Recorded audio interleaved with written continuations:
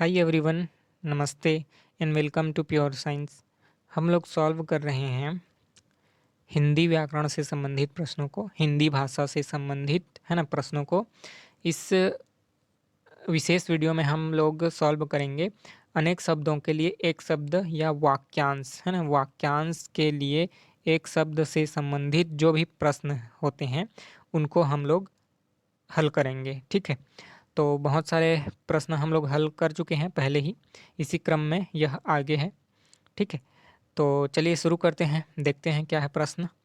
जो पहले कभी ना हुआ हो, जो पहले कभी ना हुआ हो उसके लिए कौन सा शब्द होता है। ठीक है, अद्भुत या अभूतपूर्व या अनुपम या इनमें से कोई नहीं, है ना। देखिए कौन सा शब्द का प्रयोग होता है, जो पहले कभी ना हुआ हो। अद्भुत तो नहीं होता, अद्भुत मतलब अनोखा, जिसके जैसा कोई ना हो, है ना, उसको बोला जाता है अद्भुत।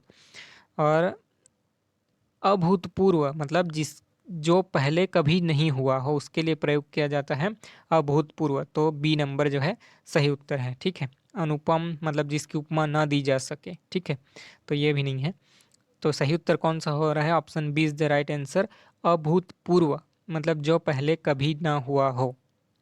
अगला प्रश्न देखते हैं, बिना घर का मतलब जिसका कोई घर ना हो या बिना घर का, उसका क्या बोला जाता है।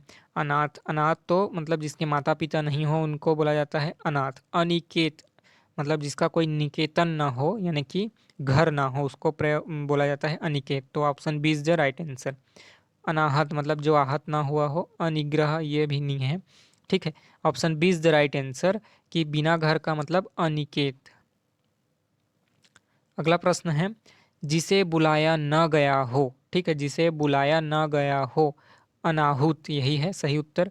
Option A is the right answer, जिसे बुलाया न गया हो या आहूत न किया गया हो। आहूत मतलब बुलाना। ठीक है, आहुति आहूत करना या आहुति देना, है ना, मतलब उसको बुलाने के लिए प्रयास करना। ठीक है, आहूत मतलब बुलाना। तो अनाहुत मतलब जिसको ना बुलाया गया हो। ठीक है, अतिथि मतलब तो जिसके आने की तिथि ना हो। अभ्यागत भी नहीं है। अनबोला मतलब जिसको कोई बोला कुछ ना बोला गया हो, तो ये भी नहीं है। अनाहुत जो है सही उत्तर है ऑप्शन ए।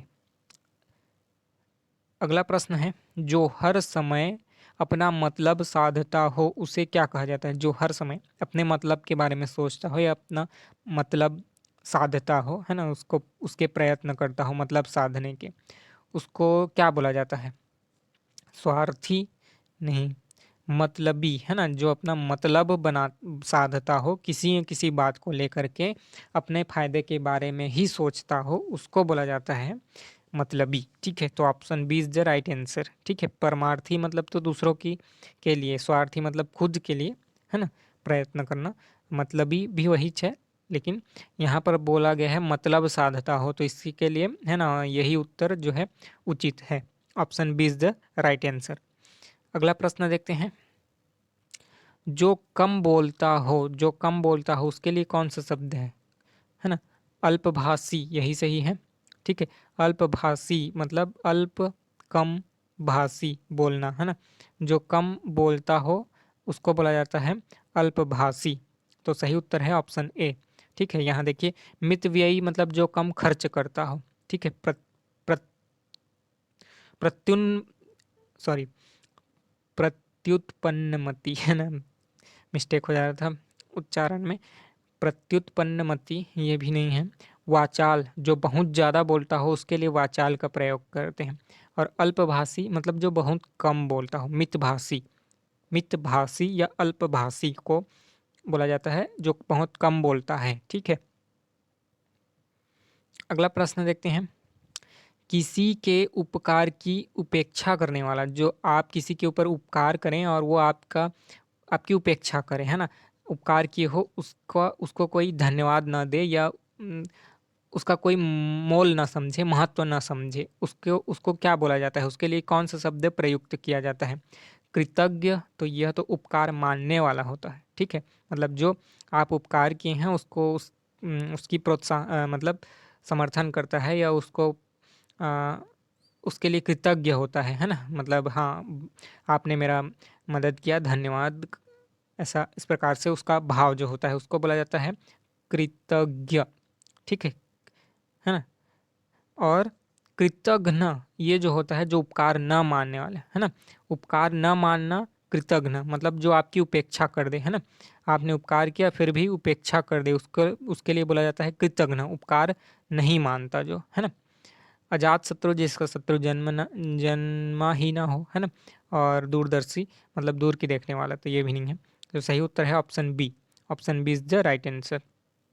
अगला प्रश्न है, जिसमें अपमान का भाव हो वह हंसी क्या कहलाती है।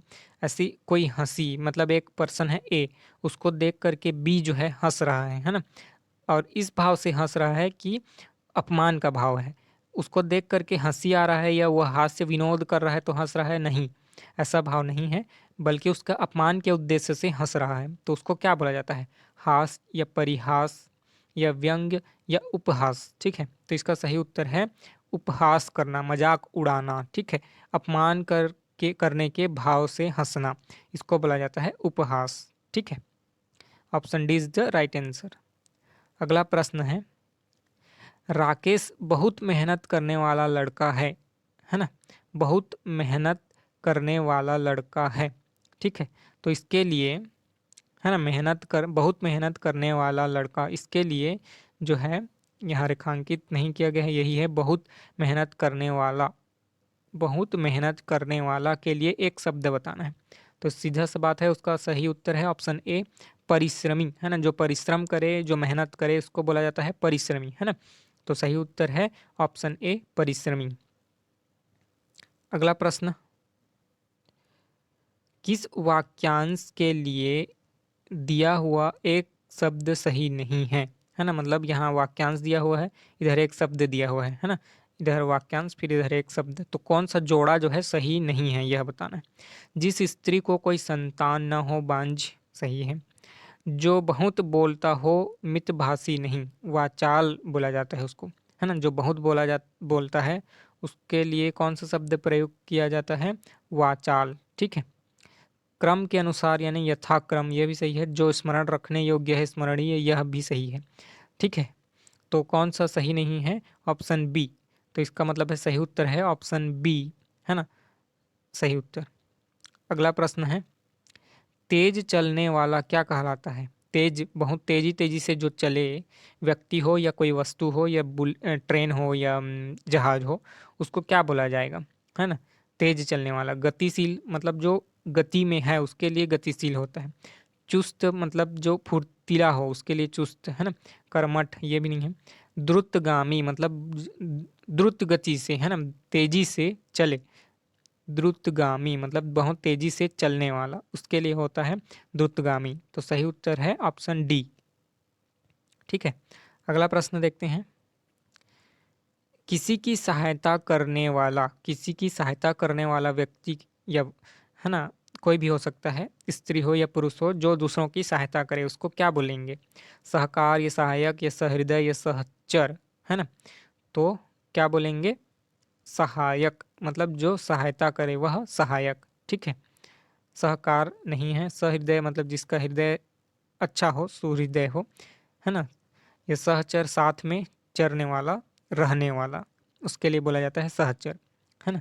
साथ में चलने वाला, जाने वाला, है ना, रहने वाला, इसके लिए सहचर।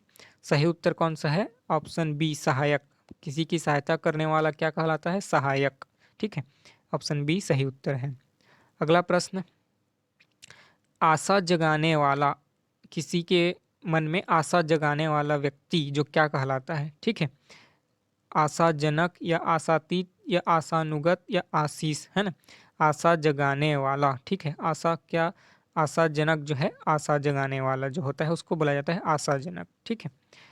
अगला है, पर्वत की तलहटी, पर्वत की तलहटी को क्या बोला जाता है। ऑप्शन दिए हैं बेसिन या घाटी या उपत्यका, है ना। तो इसका सही उत्तर है, हिंदी में बोला जाता है उसको उपत्यका, ठीक है। पर्वत की तलहटी, यहाँ पर्वत है ना, इसका जो तल वाला भाग है, नीचे वाला, इसको बोला जाता है उपत्यका। घाटी मतलब दो पर्वतों के ऐसा बीच वाला जो पार्ट होता है, ठीक है। या, है ना, ऐसे गोल गोल घूम करके ऐसे चढ़ते हैं, है ना, तो उसी को, है ना, घाटी बोलते हैं, जानते हैं ऐसा जो उत्तार होता है उसको, लेकिन उसका सही हिंदी है उपत्यका। ठीक है, option C is the right answer. तो इस प्रश्न में इस वीडियो में इतना ही रखते हैं। अगले के वीडियो में बाकी के प्रश्नों को हल करेंगे। ठीक है, तो मिलते हैं अगले वीडियो में। अगर आपका कोई प्रश्न है, कोई क्वेरी है, तो आप कमेंट करके पूछ सकते हैं। ठीक है, चलिए, नमस्ते, धन्यवाद, थैंक यू।